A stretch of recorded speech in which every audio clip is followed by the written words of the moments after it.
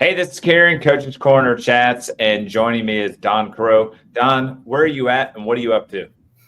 I'm actually in my office here at the University of Wisconsin-Stevens Point, trying to get some recruiting stuff done before the holiday and going down to Dallas to hang out with my side of the family, do an exact camp, and then recruit a little at two of the showcases there. So lots going on.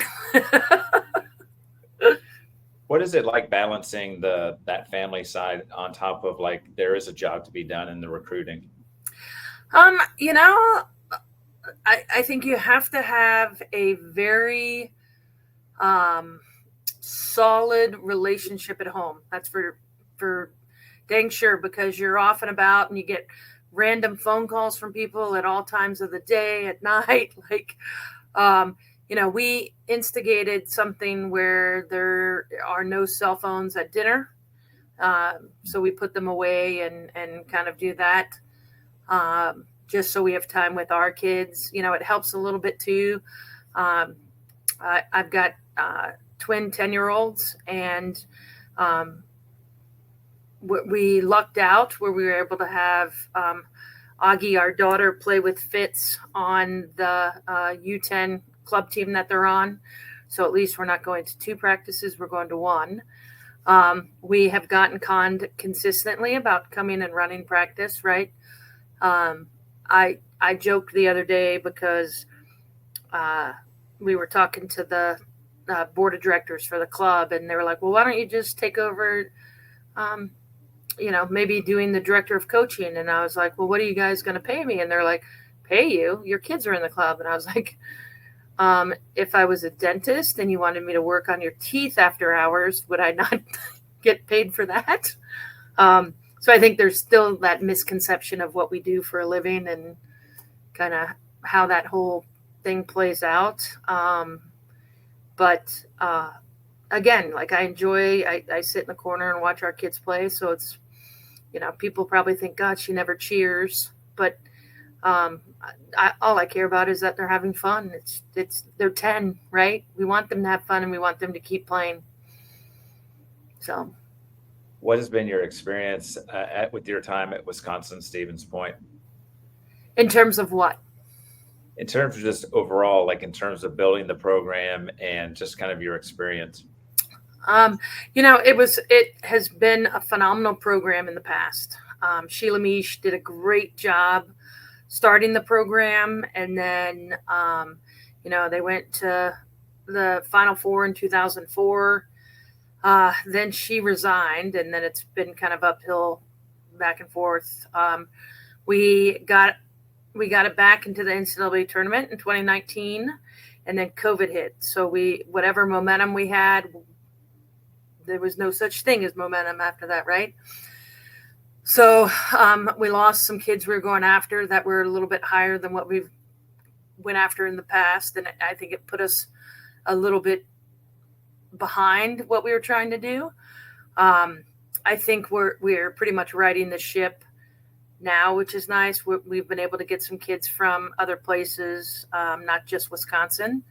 And we have a couple kids from Dallas. We've had some just phenomenal players just from everywhere, so I've enjoyed that. It helps in the fact that the University of Wisconsin-Stevens Point is a great educational school. So we're one of the top education programs. I think our bang for your buck, we even do better than the University of Wisconsin for that. With teaching school, we started as a teaching school. We have a phenomenal natural resources program. We have dietetics, we have paper engineering, but now it's kind of turned over to chemical engineering. Our dietetics nutrition program, anything science. Like we have a young lady who came as a pre-pharmacy major. She got into all the schools for pharmacy for grad school that she wanted to, even got into number 4 Ohio State, and she decided to go to Iowa for pharmacy school. Our school does a great job of getting students to graduate within 4 years, which, as you know, any parent knows that, paying for that extra stuff, it helps. And so, of our 5 seniors this year, 3 are coming out early in 3.5 years. A fourth one would have been on the team this year, except for the fact that she was doing her student teaching, and she actually graduated in 3 years. So they just do a great job of making sure if you're a quality student and a quality student athlete, they do a great job of making sure that you're prepared for what it is you want to do. I always joke and say, job number one is to make sure these young ladies don't come back and sleep on their parents' couch, right? We want to make them productive people in our community. And we teach that a lot here too, where, when you move away, we want you to whatever community you're part of, to be a part of that, to actually embrace being a part of that community, not just live in it and let everybody else deal with everything else. You were talking about your kiddos playing soccer and what have you. What about Dawn? When you were younger, did you start at a younger age? How did you get into this whole soccer thing in the first place? All right. Funny, stupid fact. So I started playing soccer when I was 10, so a little late bloomer. All my buddies, like I would play on the at recess or whatever with the guys, and just I really enjoyed it. So a couple of my friends were like, "Oh, we're going to try out for this club team," and I was like, "What's that mean?" And they're like, "Oh, you go and you pay. I think we paid $50 to go do it, and you did 3 stations the first day, and then you turned around and did 3 more the next day." So I think my first day I was dribbling around cones and did okay, got a decent time with that. We did some heading thing, and then I feel like total, like, are you kidding me? So we go out, and it's the drill that I hated the most. It was, they put the ball down, you got 3 chances, and they're like, you have to kick it with your strong foot, and let's see how far it goes in the air. And I was like, what does strong foot mean? And they're like, oh, it's your right foot. So I go, and it might have landed 5 yards away, right? Just horrible. And I got in the car, and I'm just bawling. I don't want to go. Don't make me go back. And of course, my mom's like, we paid $50 for you to do this because you were so gung-ho on it. So she made me go out the next day, and we did weak foot, and it went 40, 45 yards, right? Just, I don't know what it was, but they're like, oh man, you're left-footed. Like, that's unique. That's a unique skill. And so then I became a left wing from that point on. And then when I got to U16, I pretty much kind of became a center midfielder. And then at national camp, right before college, I think Foudy was there, and Tisha Venturini and those guys. And there were so many really, really good center mids. And they're like, well, we need somebody to start and play center back. And I was like, I'll do it. Like, start, play, not sit on the bench as a center mid. I'll do it. And I absolutely loved it, because now I'm at a disadvantage, right? The forward knows what they want to do, and all of that stuff. And it was like, that to me excited me, right? It's like anytime I get bored doing something, it was like, oh, this is a new challenge. So then I ended up playing, the first time I played center back year round was my last year in high school for my club. And then I went off and played center back in college at Carolina, and left there top 25 in assist at that period of time from center back, and scored a goal in national championship game when we played Duke in that 9-1 drumming my sophomore year. Logged the most minutes on the team that sophomore year. Like, it's just a very unique experience. And to think it almost never happened. Well, that was the thing I was thinking in my head is at 10, not even knowing that there is this level of soccer that you can get as a youth. What was it that kind of that like caught on fire that took Don from just nonchalantly kicking a ball 45 yards to now like getting to the level where you're getting invited to national camps, getting the eyes of like a Anson Dorrance and some of these to bring you in? What was it about the game that you loved, and what kind of helped you grow and get better? It was really interesting. I think, let's be honest, like a lot of it was the coaches I had. Like our club team down in Dallas, Texas Spirit, was a non-paid club team type deal. So our coaches weren't paid. I had two engineers that were my head coach, Henry Powers and Larry Schmidt. And I hate to admit this, Larry Schmidt, absolutely loved him. Total engineer nerd, worked for Texas Instruments. Very embarrassed in the fact that as a coach, he wore our uniform and had the tassels and had coach put on the back of his shirt. Like, even when we were U16, right? Like, it's a little extreme, right? So everybody made fun of our head coach. And then Henry Powers took over the second team, and he actually went to a lot of my college games growing up and stuff. I actually gave him a national championship ring from my junior year. And then Janet Rayfield, who just retired at Illinois, she was a club coach. My team disbanded. I think we went 54-0-1 that year and disbanded because of parents more than anything. Then I moved and I actually worked. I went and played for Janet Rayfield for a year. Then she went off to Arkansas as an assistant coach. And at that point, I pretty much kind of floated through the system down in Dallas. By the time I got with my club team before I left, it was Claudia Kirkup, who was married at the time to Alan Kirkup, who was at SMU and Maryland, and then Arkansas, and then was Becky Burley's assistant at Florida. So I just, even from my high school coach, Diane Davey, like I just had great coaches who took care of me, per se. My high school coach I absolutely loved because she was the only one that kind of treated me normal in terms of like held me accountable to the standard that everybody else was getting held to, as opposed to what I could do for a living, right? So I had a lot of people that let me get away with a ton of stuff, and based on how moody or whatever I was. And my high school coach didn't. And I absolutely, like, still to this day, every time I'm in Dallas, I go and hang out with her. And I, again, it's that part of it that, makes or breaks kind of whether you fall in love with the sport or you don't.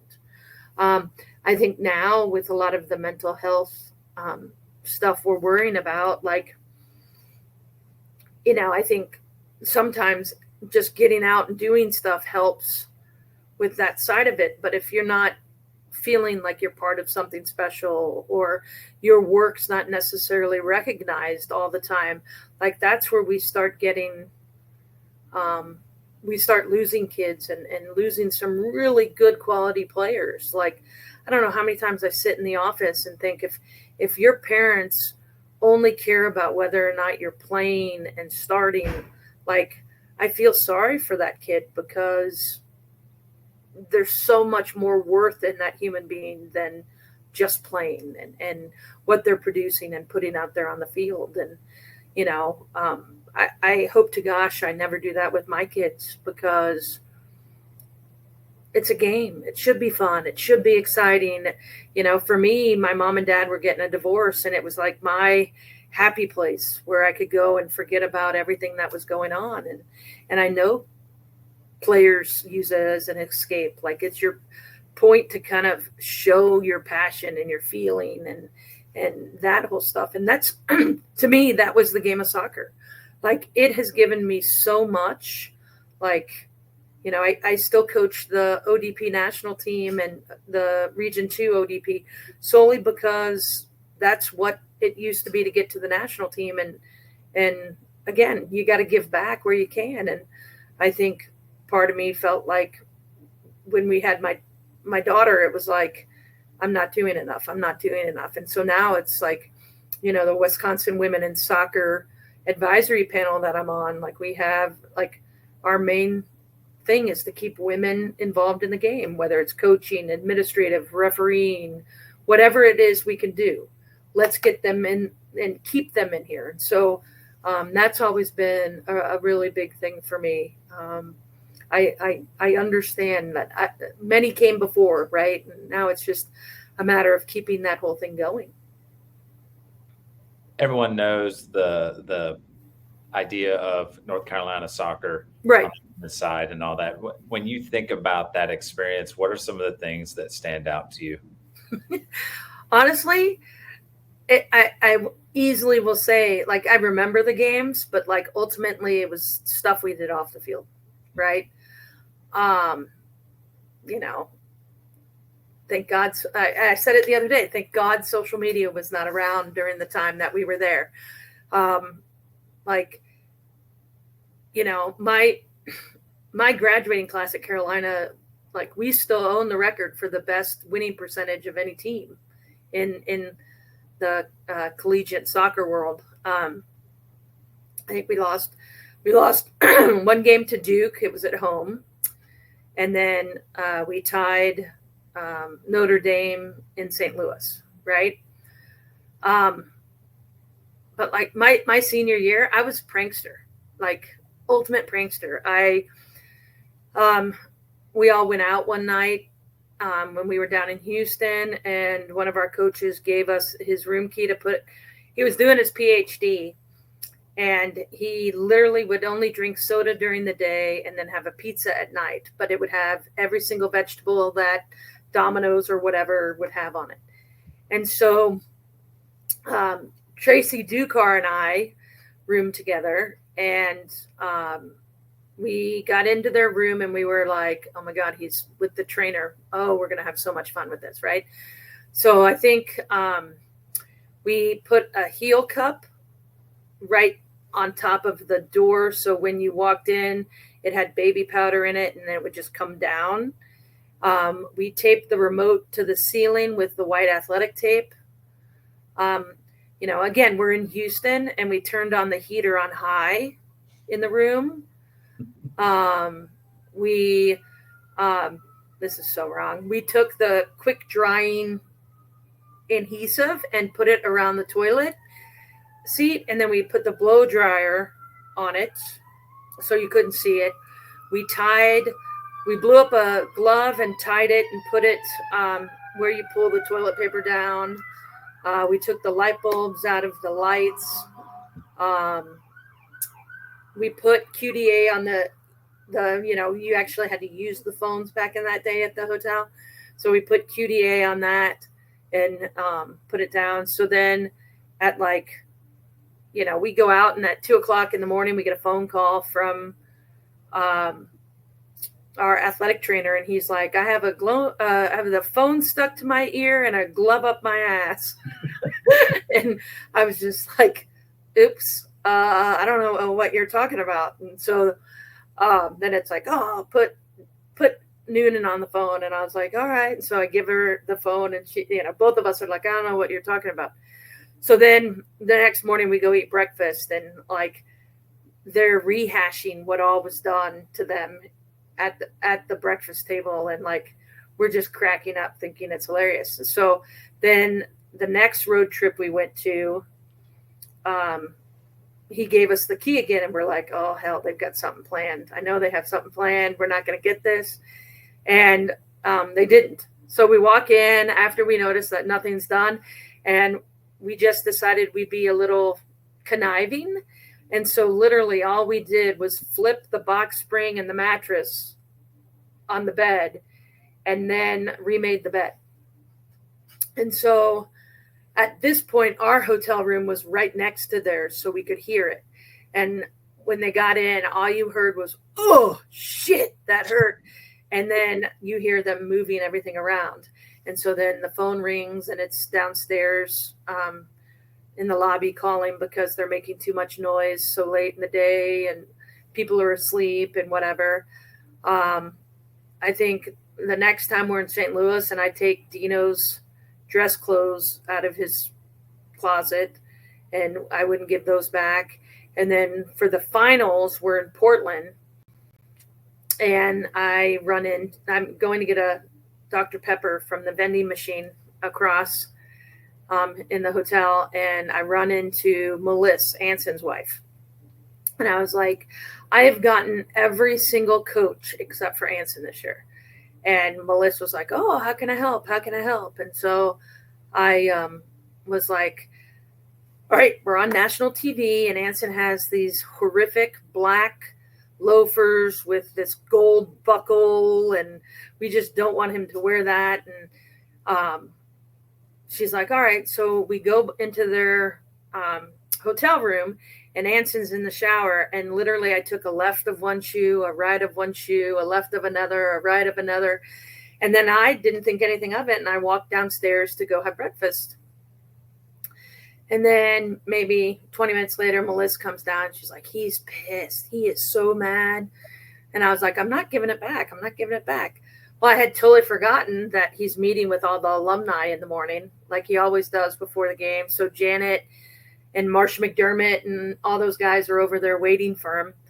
And he comes down and he's like, just give me a pair of shoes. Like, I don't care.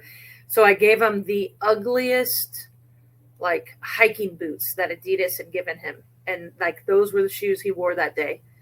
And he comes down, he's complaining to the alumni. And then he's like, somebody like took all one pair of shoes and stuff. And then they're like, oh, Crow did that, huh? And there, and like, it was just like, so, and he's like, thank God you're a senior or you wouldn't play today. And I was like, right. At this point, the gap's starting to close a little, right? So, so I remember that type of stuff. I remember, skit nights and all that fun stuff, right? And getting to the plane and making sure we're not late and just a lot of that type of stuff that went on, right? Anson always said that it was controlled chaos, right? And like his desk was always messy and all the other stuff. Well, everything about what went on was like that. Like you never like totally, it's like you could never put your foot down and be okay because something was always coming that you never knew what was coming, right? I think that was a huge thing on us, right? You could possibly pretend that something wouldn't happen, but something would. So how are you going to deal with that? I think one of my favorite stories that I'll tell people is Mia Hamm used to get really pissed off with me because I'd come in for our pregame stuff and I literally was like chilling, just like no big deal. Here I come. Let me put my stuff on. I'd always be one of the last ones to get into the hut to change and stuff. And Mia finally said something to me and she's like, I don't understand why you're not excited. We're playing, like, this is going to be tough. This is going to be hard. And I turned to her and I said, seriously? I don't know what you do all week, but I get to practice against you, Lil, and Rita Tower. Give me one team in the country who has one of those players. Like, I get to have 3 of you guys coming at us. Like this is like vacation. And she's like, oh, I never would have thought of that. That sounds, yeah, okay, that makes sense. So, those were things that I enjoyed, like being part of that type of a group and being competitive. And we were competitive with everything we did. It wasn't just soccer. And I think people are like that. Like we We all played golf during that time. We all tried to come up with new things to do. And, it was just fun. And I was very fortunate to be, I don't know if I'd call myself a forgotten soul of our class. It was Tisha Venturini, Carrie Sanchez, Ange Kelly moved down to our class, Danielle Egan, Ross Santana. So, like Shelly Finger, Tracy Ducar, and then she redshirted and moved down a class. But like all of us were right in that same group. I mean, our class was 10 strong, and it just was, it was a fun part to be a part of. Now, if I, had it to do over, would I go there again? I don't know. It was like, I think I toyed with the idea of leaving my freshman year and going to Virginia and playing for Lauren Gregg, but I didn't. I'm not a quitter, but it was just more like, what am I capable of, right? And then I come back and I had a great sophomore campaign and enjoyed it. So, but yeah, it was just, it was a fun environment to be part of, and it was a fun time to kind of be a part of watching it grow to the, obviously not to the length that it is now, but I felt very lucky to be part of that and part of that group. I mean, I remember going to the 96 Olympic final, right? And the after party at the frat house that they had, right? Bree streaking down the streets of Athens, right? After that whole experience. I mean, not very many people can say that they were there for that, right? It just really, it was a cool time and place to be part of. As you're going through all that experience, the competitiveness, the fun times off the field, the success that you had, is that what started kind of getting the idea of coaching in your head, or did you try to go do something after college? I pretty much, if I would have gone to Virginia, I would have gotten an electrical engineering degree. Thank God I didn't. My mom probably still wishes I would have, but I know a cubicle is not where I will thrive.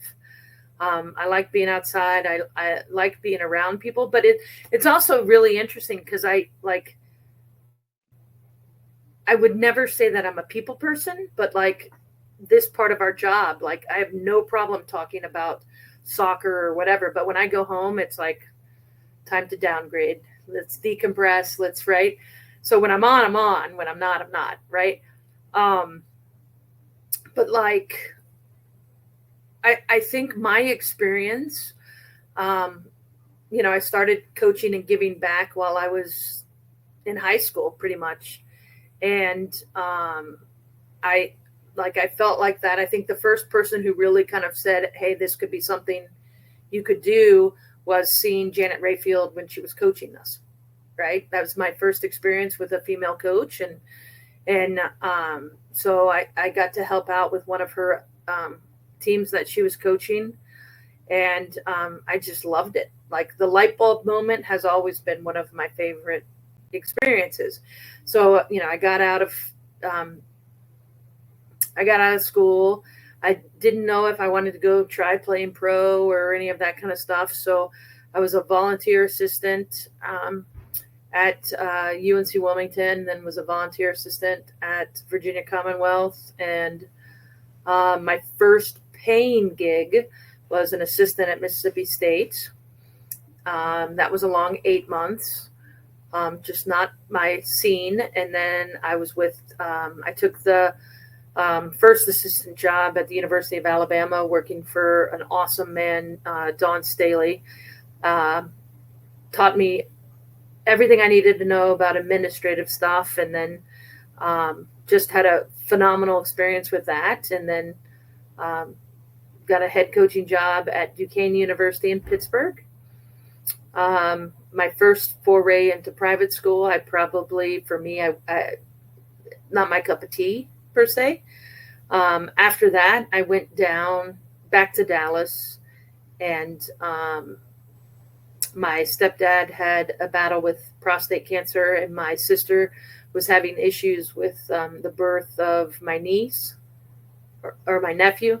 And then I started teaching. So I was department head and head soccer coach at Plano East High School in Plano. So I absolutely loved it. I worked with the lowest of the low regular kids and the highest sped group. So I taught classes all the time.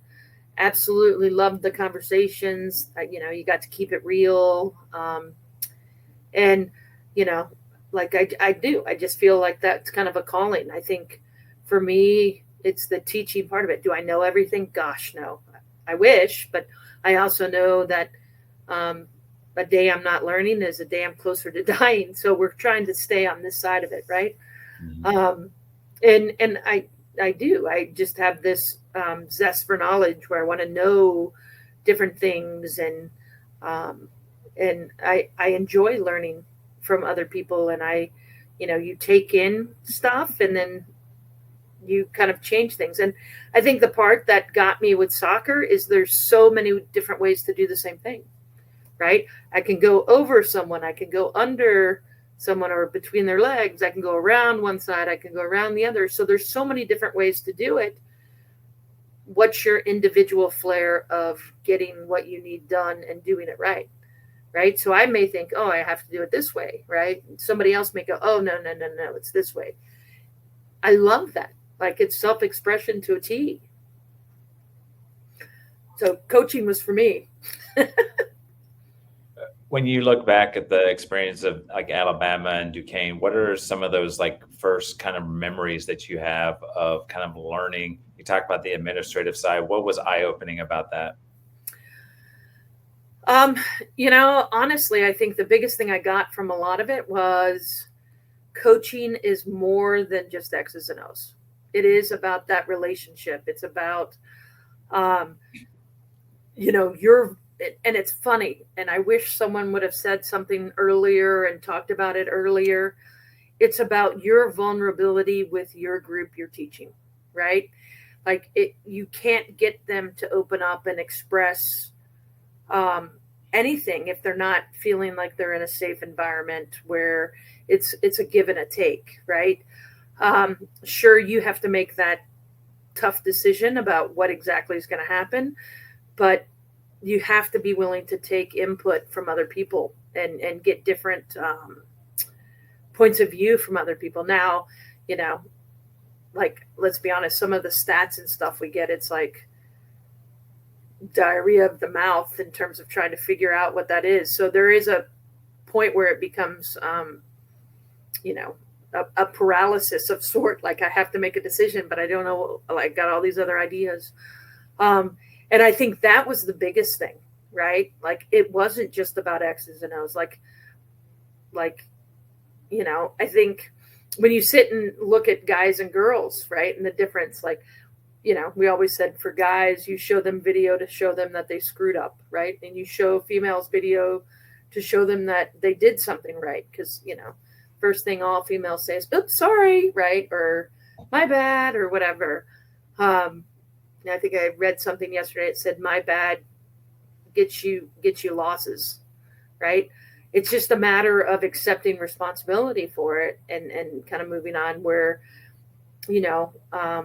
another big one that you kind of figure out is, a male can break up with a girlfriend, boyfriend, whatever, and like, sweet, let's go. I'm ready to play. And a girl's like, I can't believe it. And you're dealing with that as they're getting ready to play, right? And so I think that becomes a little bit more of an issue. Like, females, and it's not all, but, females are motivated by how good their friends feel about, or they think their friends feel about them. And, that's where they get their confidence. And that's where, and so it's all part of the bag of tricks, right? And again, I think it's a learning process of throwing it all together, right? I think a good coach takes from different coaches, right? It's not just, oh, this was my idea, right? I'd love to be able to say something was my idea, right? And I think that it's okay to not have the answers. And I think sometimes as coaches, we feel like, oh my God, everybody's looking at me. I don't know what to do. Like, and you're kind of like, you hit that middle ground, but it's okay.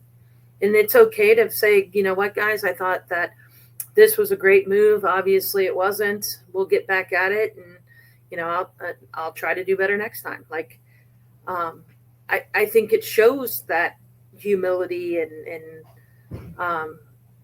growth as a coach to be able to say something like that too. And I think our players respect that a little bit more too. We're just as human as they are, right? But it's just a different look, I guess, more than anything. So you're set up in Texas, you're teaching, you're coaching. At what point do you say, you know what, maybe do you say, I want to get back to the college game? What kind of pulls you out away from that experience? I think the way I left coaching in college just was kind of that bitter taste. Like, I knew I was capable of more. And, I look back thinking, God, I'm so glad I never coached myself. Initially, it was just, I was very demanding and very like, no, I was your typical early coach, right? My way or the highway or whatever. I think I spent the first couple of years going, why are they doing that? I would never have done that when I was a player. And honestly, like, to me, looking back on it now, it's like, in order to coach, you can never think, I would never have done this as a player, right? Because every situation's different and the people doing it are different. And I think that was always lingering in the back of my mind. Like, I know I could do this better. And again, you take things from different places and kind of morph it kind of all together. And I can still be demanding, but I still have to be honest and I still have to be me, right? And I think that's sometimes where younger coaches struggle, is they want to be how another coach was to them, or I would never say I'm this rah, here we go type of person, right? I can act a fool sometimes. I can do some of that, but like, ultimately I'm very, what you see is what you get kind of a deal. I guess a little bit Brad Stevens and a little bit like, it's, maybe a little bit like John Calipari, and just say it how it's said, right? But I think that's me, and I've embraced me. I've embraced who I am and what I'm about. And, we all have our non-negotiables and negotiables. And so literally I was sitting in Dallas, and I was, we had just had the twins, and I was never home. I was going from, teaching in high school and then going coaching club with FC Dallas. And I had 2 club teams in the same age group with them. Absolutely loving life.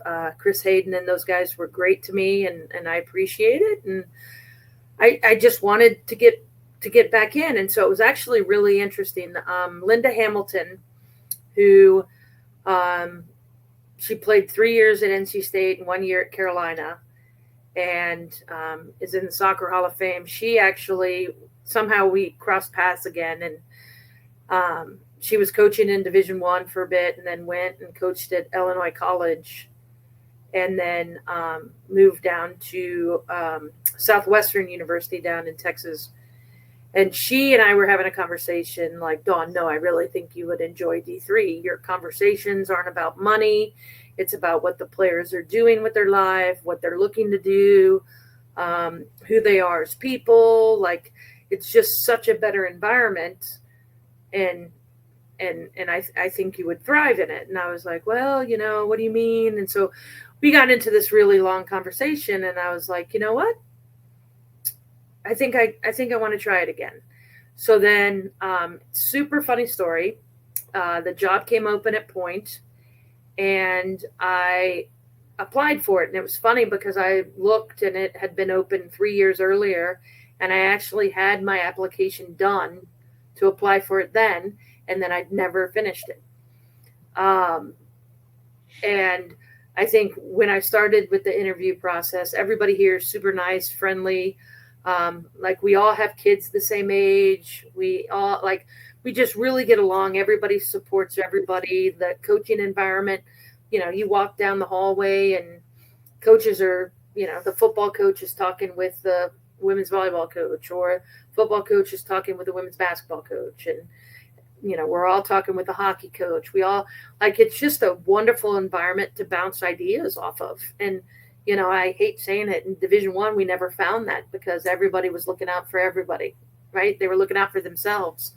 And, Brad, our AD, came in and basically took the whole department to a whole nother level in terms of, we do champions chats with Diane, our SWA, and she pulls in, some of us will run them, and then we pull in people from other avenues on campus and talk about, admissions, and then we'll have someone from the natural resource program over, and we'll have someone over from the sciences, and they just kind of walk us through kind of what they're good at and kind of to help strengthen our athletic community and our school community. And I just love that. Right. And it just felt like home. The worst thing I heard when I was applying here was, well, it's central Wisconsin.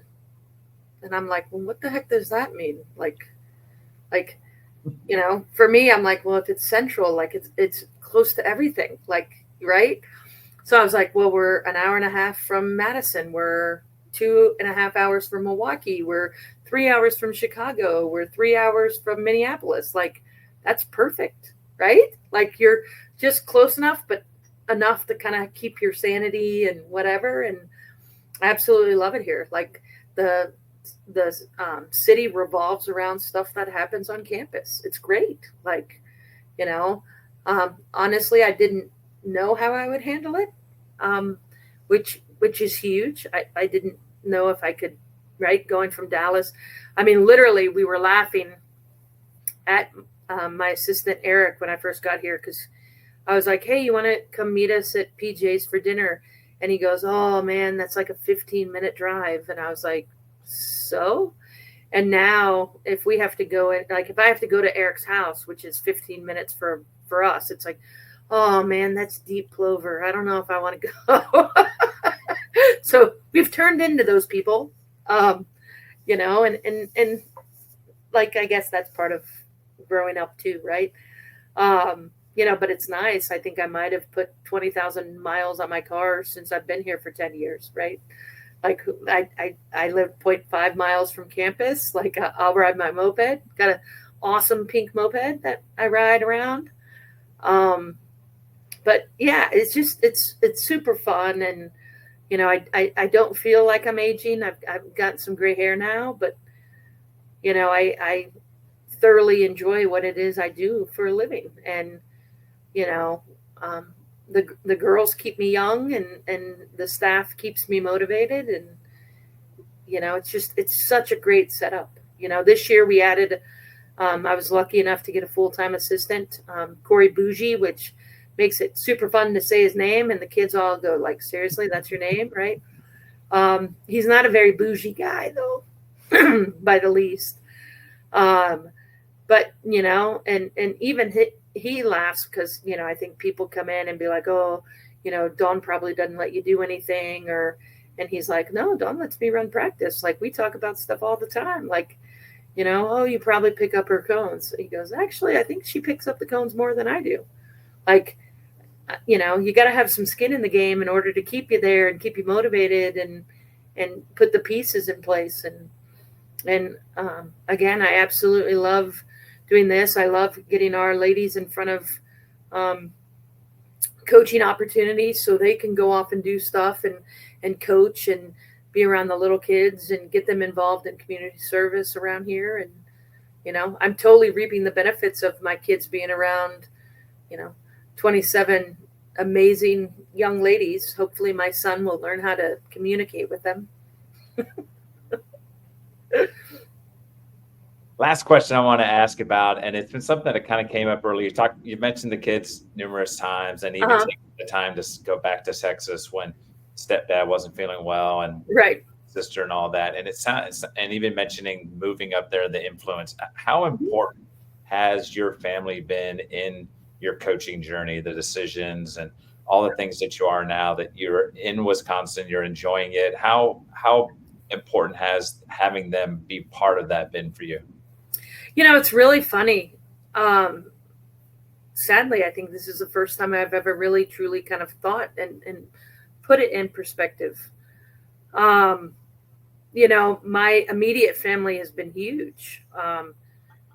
Allie and the kids are, they're kind of the why, right? And how can I do what I need to do and still be part of their environment too? I think that's huge. Um, but also, when you're coaching a team in college, like our girls are over at our house. I don't want to say as much as I am, but the college girls come over a lot during preseason, and some of them babysit for us, which is great. But it's like, again, it's a gathering point. It's they come for games that the staff knows them. The staff, like I said before, the staff all have their family, right? Um, I'll never forget the track and field coach, Brett Witt. He was like, yeah, my kids used to always say, hey, you want to come to my gym? And he was like, I constantly had to say, it's not your gym, it's the school's gym. And he's like, no, it's our gym. And like, literally, that's how our kids feel about the space, right? Like, we get to come in and watch a women's basketball game, and they open up the side um, dance room and has all the stuff that the PE department uses, and our kids play in there while we're watching the basketball game. Like, it's great. Um, and they all play soccer together, and they, like, obviously we go and support them in terms of little plays around town and that kind of stuff. And it really is when it's kind of like when you include the family in what it is you're doing, the sense of ownership becomes bigger. It's not just about you. It's about everybody's experience. And it really has become even more rewarding than what I thought it would be when I first thought about coaching. And, um, I like, there are some days where you're like, oh my God, I'm doing this for a living. Do I really want to do this? But like, they don't even come remotely close to the days that I'm excited about doing what it is I'm doing and being around people. And, I think, again, it's, we all get to those moments when we're down and kind of like, depressed a little. And then like something happens, and, one of the girls will come into the office, and I'm like, just, oh my God, I need to go do this. Like, I'm so ready now. I'm pumped. I'm ready. Like, it just, it does. It just makes it such an amazing experience to be part of this group and who they are and what we're about. And, traveling along on the path, like, seeing them getting married and having kids. And, we have one that's fighting for her country, and just is amazing, just everything that they're doing. And to think you're, kind of a small part of that is just an amazing feeling. Don, this chat's been awesome. That is a great way to shut this thing down. This is Karen, Coach's Corner Chats with Don Crow, and I'm out. Peace.